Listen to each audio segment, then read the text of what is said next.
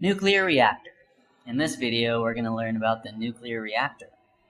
Nuclear reactors are the modern-day devices extensively used for power generation as the traditional fossil fuels, like coal, are at the breach of extinction. A nuclear reactor is the source of intense heat, which is in turn used for generation of power in nuclear power stations. Its mechanism is similar to that of a furnace in a steam generator. The steam is used to drive the turbines of the electric generator system.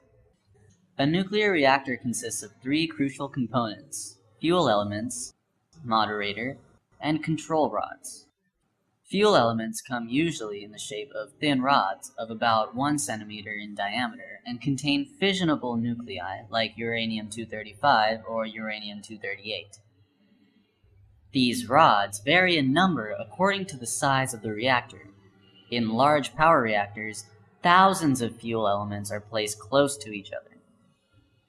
This region where these fuel elements are placed is called the reactor core. These fuel elements are normally immersed in water, which acts as a moderator. The objective of a moderator is to slow down the energy neutrons in a nuclear reactor, which are produced during the nuclear fission process by the fuel elements. Thermal neutrons, which are the neutrons with energy of about 0.04 electron volts, are capable of producing fission reaction with uranium-235.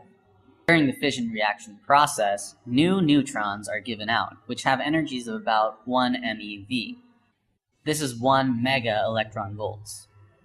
These neutrons typically escape from participating in another fission process, as they are accompanied by enormous energy release.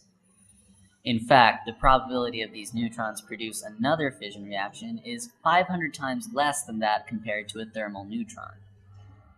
This is where a moderator is extremely useful. Moderators have the capability to slow down, or in other words, moderate, the speeds of these high-energy neutrons so that they can in turn be used for a chain reaction to trigger multiple fission reactions of other uranium-235 nuclei. Commonly, ordinary or heavy water is used as a moderator in nuclear reactors because of the deuterons present in them, which are capable of slowing down the neutron's speed. Water molecules in the moderator are useful in slowing down the high-energy neutrons, which leave the fuel element after nuclear fission. These high-energy neutrons collide with water molecules, thereby losing out on some energy with every collision and therefore slowing down substantially. A new fission reaction can now be triggered using this slow neutron by striking it with a fuel element. The third and most prominent part of a nuclear reactor are the control rods. In order to get a steady output of energy from the nuclear reactor, every single fission reaction should trigger another fission reaction and ensure the availability of spare neutrons released to trigger the chain reactions. By controlling the number of spare neutrons available at any given time, the rate of nuclear fission chain reactions can be controlled. This control on the fission reaction can be maintained using control rods. The main function of the control rods is to absorb any excess or spare neutron in the moderator in order to prevent any further fission reactions. Usually, such control rods are made of boron or cadmium. To increase the rate of fission reactions, these rods can be removed from the moderator.